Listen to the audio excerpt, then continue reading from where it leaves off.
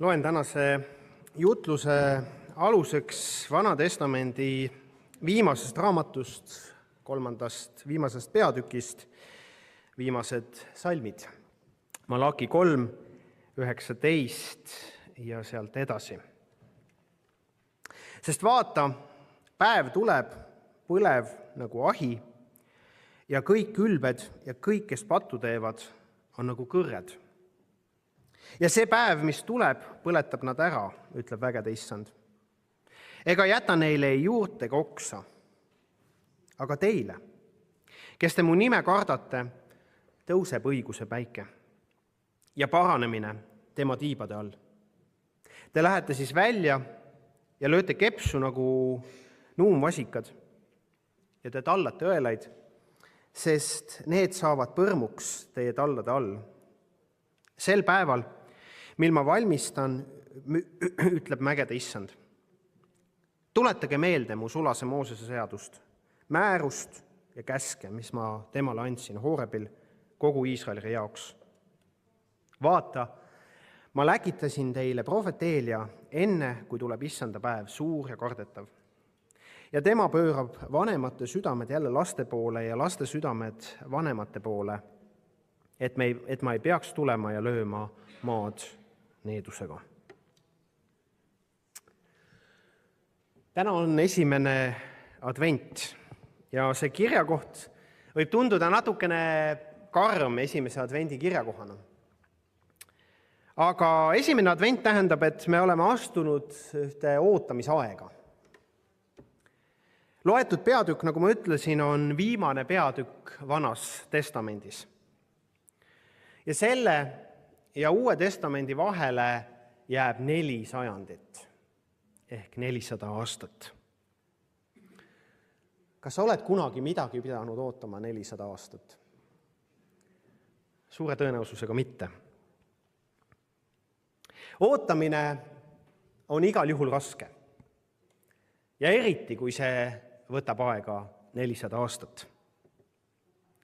Eriti lapsena, kuna lastel ei ole sellist võrdlusmomenti piisavalt ja aeg tundub ju lapsepõlvest, teate küll, palju pikem kui täiskasvanuna. Aga ausalt öeldes, olles juba mõni aeg, vähemalt aastate poolest täiskasvanu, võin ma öelda, et ega see paremaks ei lähe. Ootamine on ikka raske.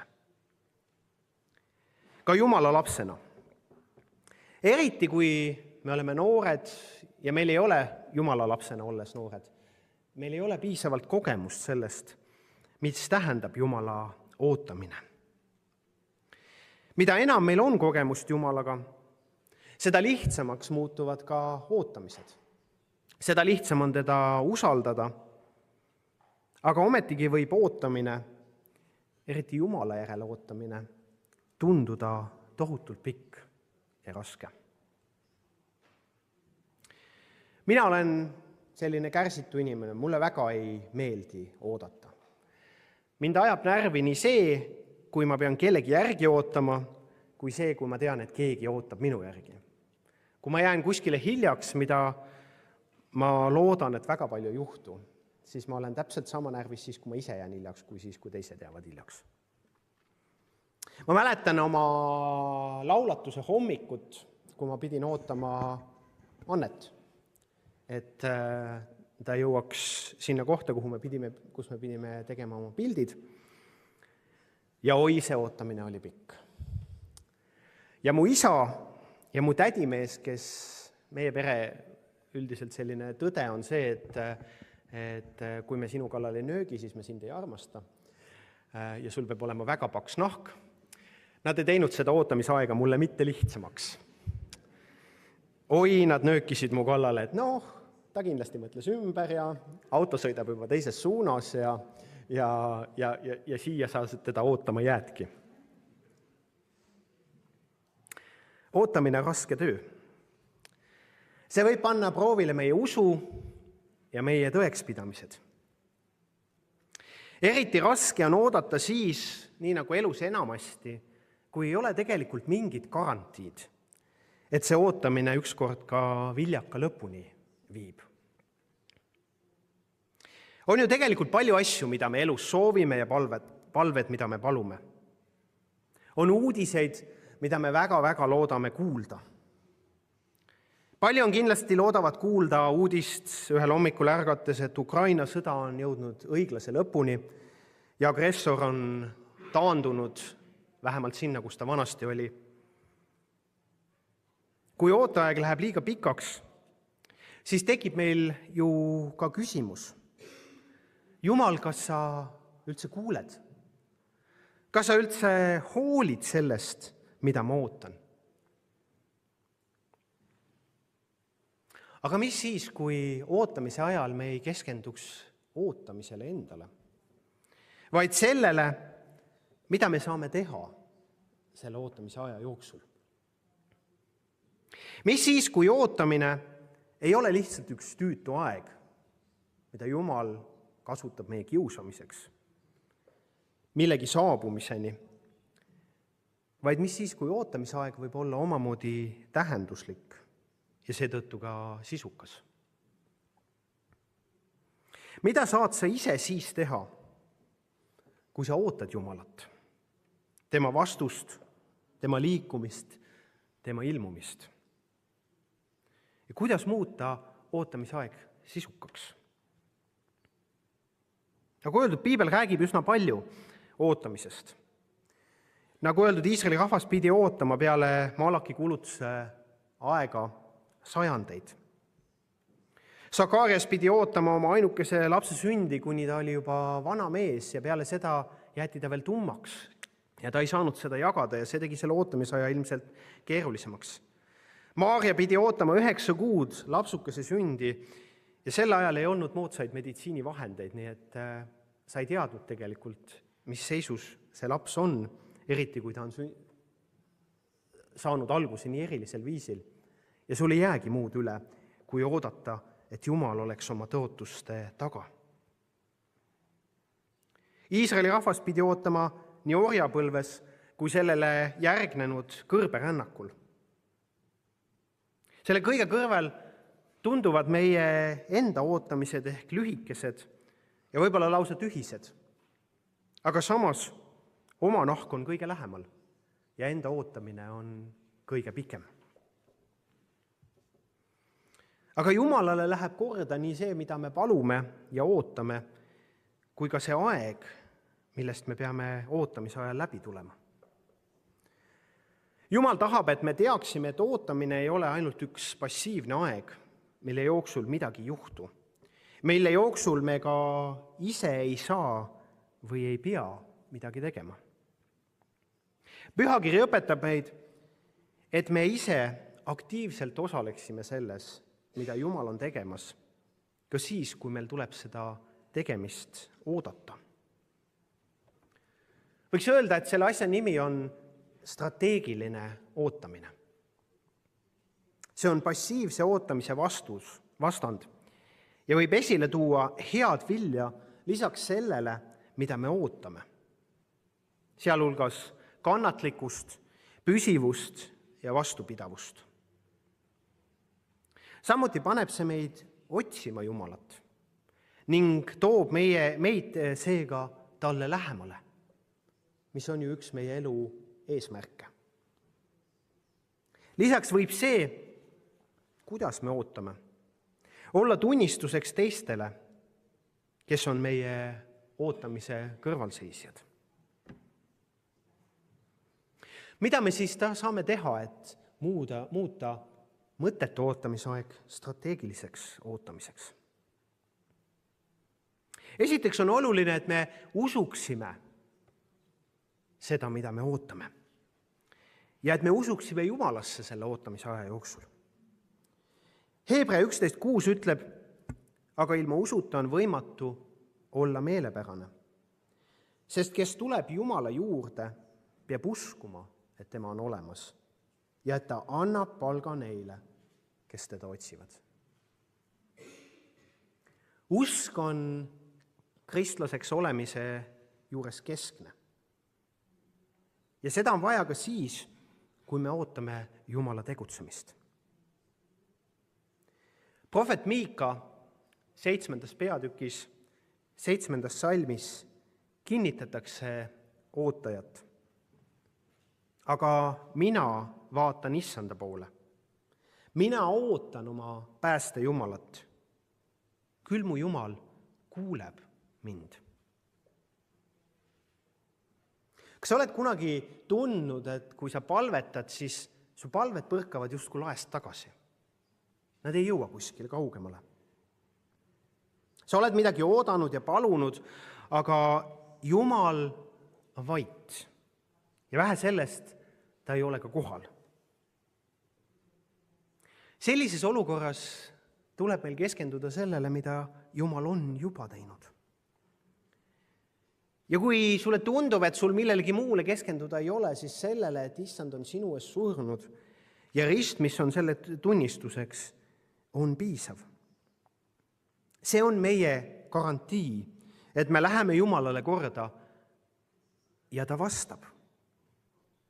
Jeesus ütleb ka ise, et kui me palume, siis meile vastatakse. Meid kuuldakse. Rist tõendab seda, et Jumal on meie poolt. Ta on andnud meile juba kõik, mis tähendab, et tal ei ole kahju anda meile ka kõike muud. Ta on lahendanud inimese kõige suurema probleemi. Seega ei ole Jumala jaoks raske lahendada ka inimese väiksemaid, igapäevaseid probleeme ja palveid ning igatsusi. Jeesuse rist on meie garantii, et kui me palume Jumala tahtega kooskõlas, siis tema annab meile. Me võime leida selles rahu ja jõudu ka ootamisajas, kui me ootame Jumala tegutsemist. Teiseks, ootamise ajal pane tähele, kui Jumal on juba midagi teinud. Ja ole valmis ka ootamatusteks, selleks, mida sa ei oska oodata. Psalmist ütleb 5. laulus 4. salmis: Issand, sa kuuled vara mu häält, vara ma valmistun sinule ja olen valvel. Jumal on ustav vastama meie palvetele, kuid kuna Jumal on suurem kui meie, siis võib vastus tulla teisel viisil, kui me oskame seda oodata. Selleks, et me teeksime seda, mida Jumal tahab, sellega kaasneb tavaliselt teatav hulk ebamugavust. Aga see on see ebamugavus ja see lisa, mis aitab meil vaimulikult kasvada.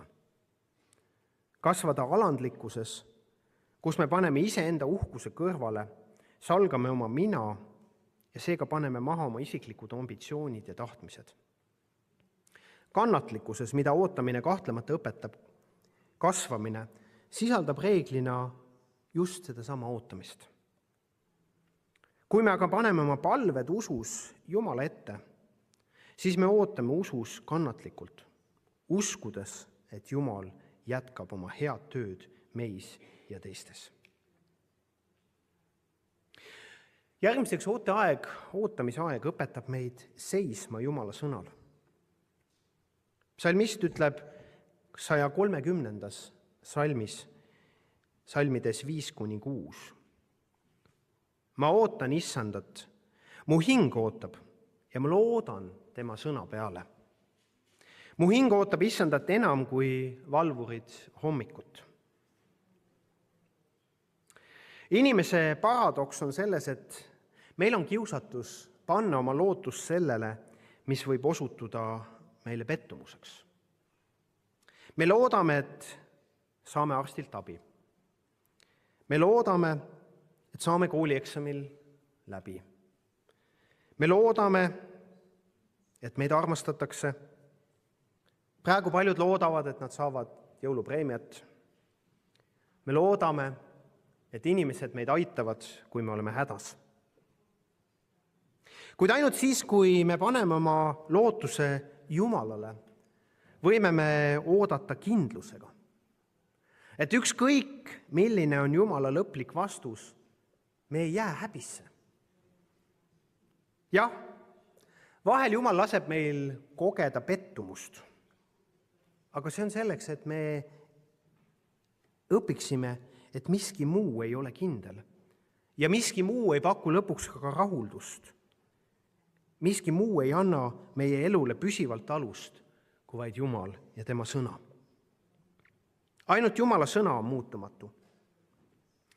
Kui me ootame Jumala vastust ja tegutsemist, siis me võime teada, ükskõik kui pime on öö ja kui keeruline on meie olukord. Ühel hetkel Jumal murrab sellest läbi, tuues palve vastuse ja lisaks veel tänu ootamisele, mis nõuab usaldust, ka lähema suhte temaga. Me saame rohkem, kui me oleme osanud oodata. Ootamine õpetab meid usaldama Jumalat ja mitte meie oma arusaamist. Õpetussõnad, 3. peatükk, salmid 5-6 ütleb: looda Issanda peale kõigest oma südamest ja ära toetu oma enese mõistusele. Õpi teda tundma kõigil oma teedel, siis ta teeb su teerajad tasaseks. Inimestena on meil kiusatus sõltuda oma enese tarkusest. Aga miks mina, kes ma olen siin maa peal elanud mõned 10 aastad võib-olla, arvan, et ma tean paremini, mis on parim. Pühakiri räägib sellest, kuidas elada rikkalikult Jumala armust. Kuid ometigi liiga kergelt anname me järele patule. Kuulutame Jumala sõna oma elus tühiseks, selle osa, mis meile hetkel ei sobi, ja teeme seda, mis tundub mulle õige. Ootamise aeg näitab meile eelkõige seda, kus on meie lootuse allikas ja mille peale me oma elus tegelikult loodame. Lisaks on ootamine võimalus seista vastu ärritumisele, vihastumisele, olla vait ja valida kannatlikkus. Psalm 37, 7-8 ütleb: ole vait Issanda ees ja oota teda. Ära ärritu sellest, kelle tee õnnestub, ega mehest, kes teeb kavalusi. Hoidu meelepahast ja hülga viha. Ära ärritu sellest tuleb vaid paha. Meie enda ootamise aeg tundub meile alati pikem kui teiste omad. Ja väga tihti, kui teiste ootamise ajad saavad läbi, siis see ärritab meid. Sest meie ju ootame veel edasi. Jah, teoorias on kerge öelda, et ma usaldan Jumalat. Aga meie kontrollimatu reageering hilinemisele ja keerulistele olukordadele elus toovad esile selle, millised me tõeliselt oleme ja millele meie lootus on tegelikult rajatud. Kas me usume, et Jumal kuulab meid? Kas ma usun, et Jumal on hea? Kas me usume, et kõik olukorrad, ka need, millega meie seisame vastakuti, on Jumala kontrolli all? Kas me usume, et Jumal meist tõeliselt hoolib? Kui me valime oodata Jumala tegutsemist, teda usaldades, siis me mitte ainult ei austa teda, vaid me oleme julgustuseks ka inimestele meie ümber, et Jumala usaldamine tasub ära. Lisaks on ootamine võimalus astuda vastu oma hirmudele. Psalmist ütleb psalmis 27: oota Issandat, ole vahva ja su süda olgu kindel. Üks keerulisemaid asju ootamise juures on hirmust ja muretsemisest üleolemine. Oodates hakkab mingil hetkel meie peas ketrama üks väike hääl, mis ütleb: mis siis, kui juhtub see, mida me ei soovi? Mis siis, kui Jumal ei vastagi meie palvele? Kuid pühakiri õpetab, et jõudu ja kindlust ei leia me kunagi iseendas ega selles väikeses hääles oma peas, vaid issandas, Kristuses. Jumal varustab mind vajaliku julgusega ka ootamise ajas. Kui ma keskendun sellele, kes Jumal on, tema kõikvõimsusele ja lõputule headusele.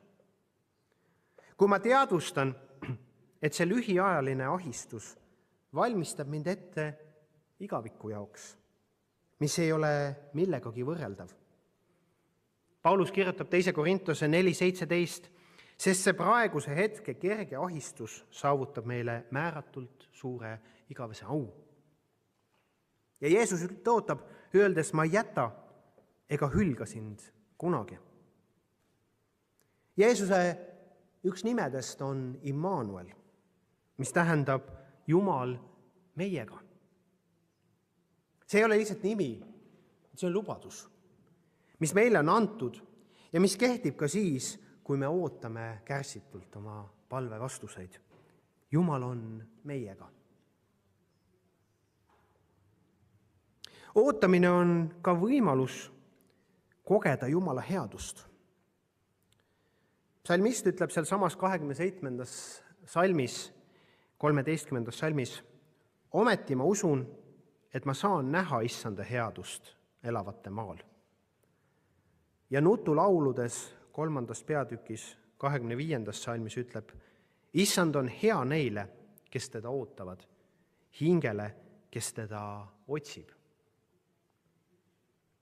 Kui oodates on meie fookus meie probleemidel ja sellel, mis Jumal on või ei ole meile andnud, siis tekib meil kergesti kalduvus nuriseda, kaevelda ja kibestuda.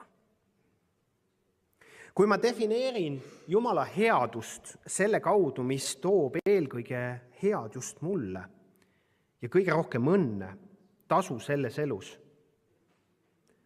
siis oi kui palju on elus olukordi, mis seda ohustavad ja panevad mind kahtlema Jumala headuses ja armastuses minu vastu.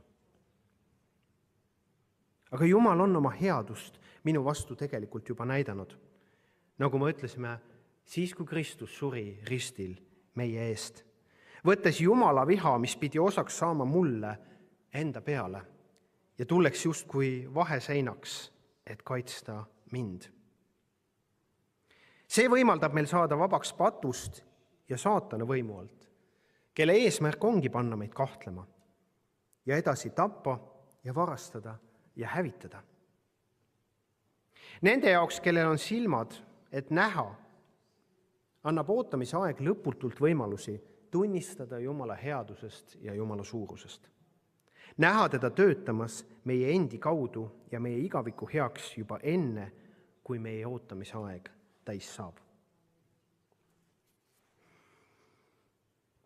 Ootamise ajal on oluline, et me ei annaks järele kiusatusele teha asju omamoodi või protsessi kiirendada. Usuisa, isegi tema, Abraham, eksis selles. Ka tema mõtles, et ta aitab Jumala plaanile kaasa ja kiirendab seda protsessi.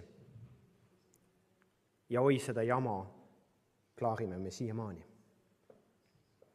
Apostlite teod 1.4 ütleb, kui siis Jeesus viibis koos nendega, keelas ta neil Jeruusalemmast lahkuda, käskides jääda ootama isa tõotust, mis teie olete minult kuulnud.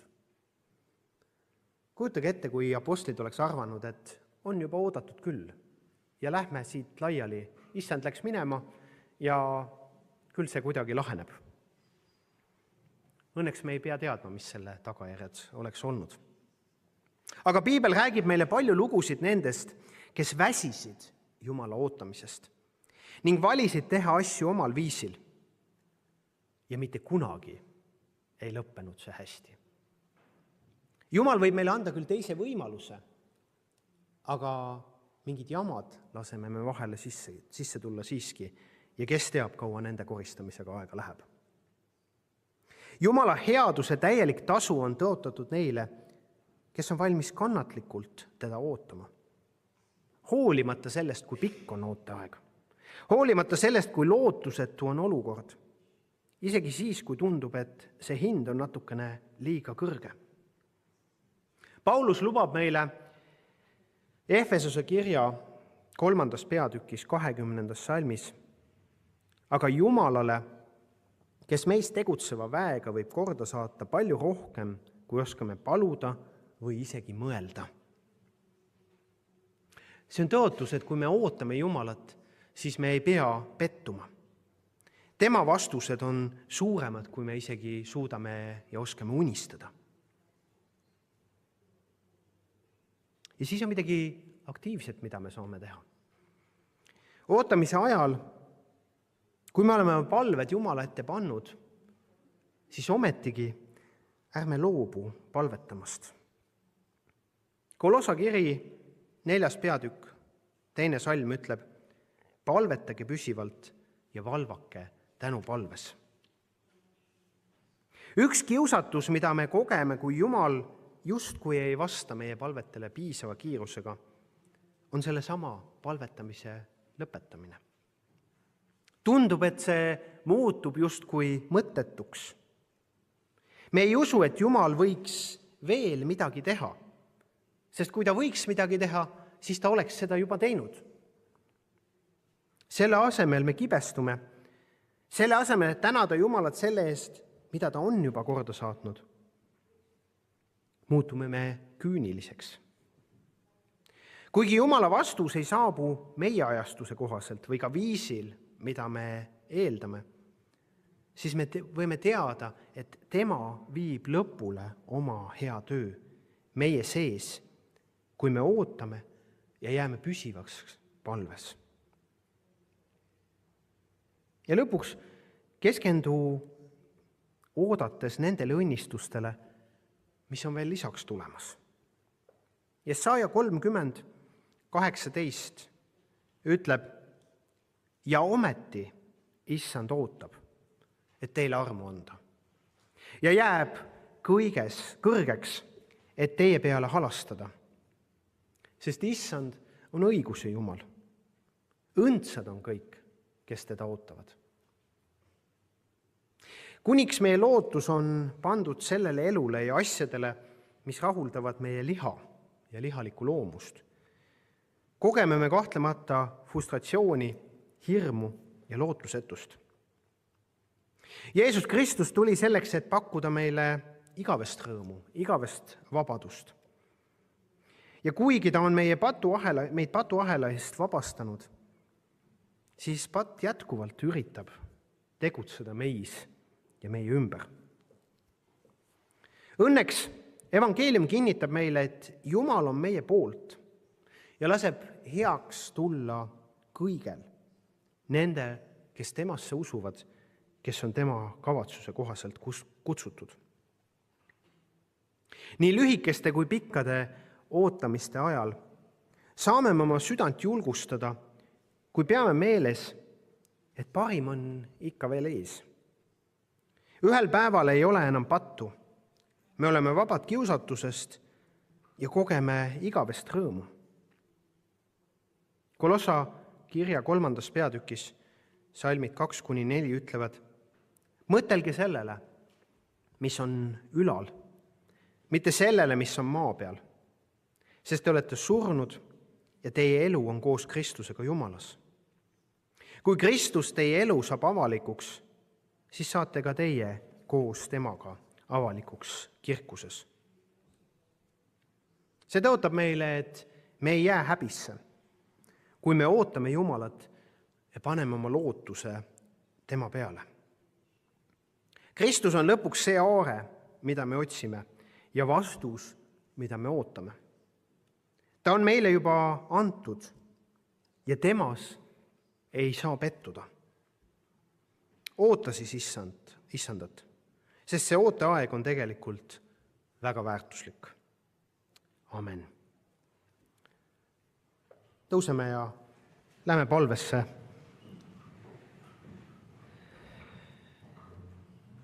Issand Jeesus,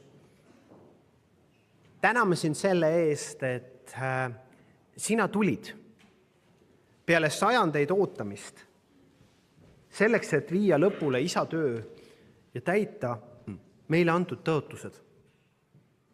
Issand, palume, et see võiks olla meile julgustuseks ka igapäevaselt. Kui me ootame sinu sõnumit, ootame palve vastuseid, ootame, Jumal, sind. Issand, sa tead meie igaühe igatsusi ja ootusi ja lootusi. Issand, vastame neile oma hea nime pärast, aga kooskõlas sinu tahtega. Kinnita meid, kui me oleme ootamisajas, nii selles üldises kui, Jumal, igaüks oma ootamistes. Issand, et me hoiaksime kinni sellest, mida me teame sinust ja juurduksime sügavamalt selles ootamisajas sinu tundmisse. Tänu, et sina tahad meile anda veel rohkem, kui me oskame oodata, loota või paluda.